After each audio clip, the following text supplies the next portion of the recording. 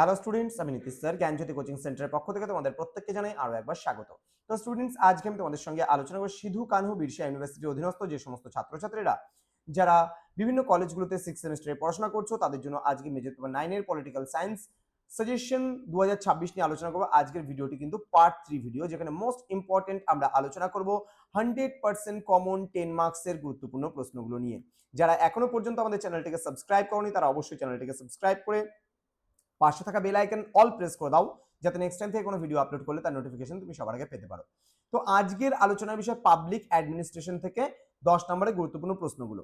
তোমরা যারা অনলাইনে আমাদের থেকে নোটস পত্র নিতে যাচ্ছ, যোগাযোগ করো আমাদের অফিসিয়াল নাম্বার 7076398606 নাম্বার অথবা 6295916282 নাম্বার।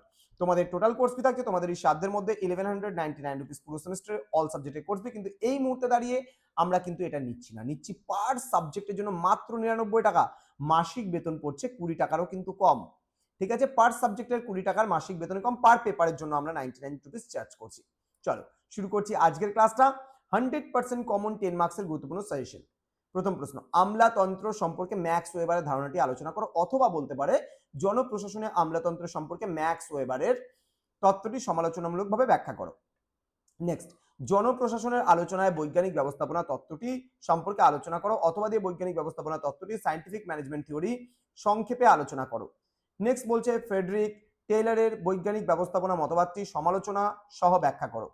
নব জনপরিচালন এর বৈশিষ্ট্য, সুবিধা ও সীমাবদ্ধতাগুলি আলোচনা করো, অথবা দিয়ে নয়া জনব্যবস্থাপনার মূল বৈশিষ্ট্যগুলি আলোচনা করো, অথবা দিয়ে নয়া জনপ্রশাসনের প্রধান দিকগুলি উল্লেখ করো, অথবা দিয়ে নব জনপ্রশাসন বলতে কি বোঝো এর বৈশিষ্ট্য ও গুরুত্ব আলোচনা করো। ওকে, নেক্সট প্রশ্ন বলছে জনপ্রশাসনের সংজ্ঞা দাও, আধুনিক গণতান্ত্রিক রাষ্ট্রে জনপ্রশাসনের গুরুত্ব ও পরিধি আলোচনা করো। নেক্সট, ফেওলের 14টি প্রশাসনিক নীতির নাম উল্লেখ করে বিস্তারিত আলোচনা করো। নেক্সট, জনপ্রশাসনের উপর উদারীকরণ, বেসরকারীকরণ ও বিশ্বায়নের ভূমিকা আলোচনা করো, অথবা দিয়ে জনপ্রশাসনের উপর উদারীকরণ, বেসরকারীকরণ ও বিশ্বায়নের ভূমিকা আলোচনা করো।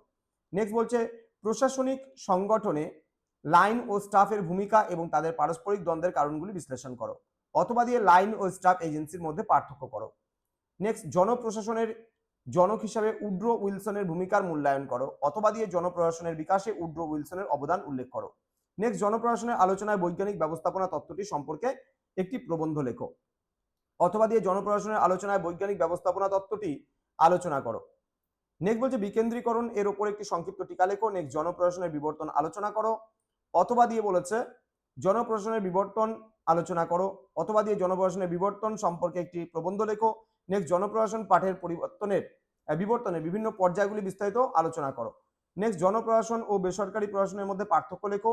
নেক্সট, সরকারি প্রশাসন ও বেসরকারি প্রশাসনের মধ্যে পার্থক্য কি। তো এই কয়েকটা মাত্র 12টা প্রশ্ন আমি দিয়েছি, এর মধ্যে থেকে কিন্তু 100% কমন পাবেই পাবে।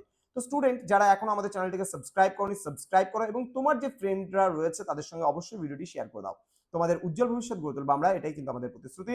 আমাদের অফিসিয়াল নাম্বার 6295916282 এবং 7076398606 নাম্বারে তোমরা যোগাযোগ করতে পারো। দেখা হচ্ছে খুব তাড়াতাড়ি আরো একটা নতুন ক্লাস নিয়ে তোমাদের সঙ্গে। তোমরা প্রত্যেকেই ভালো থেকো, সুস্থ থেকো। Thank you so much, thanks for watching after all, thank you.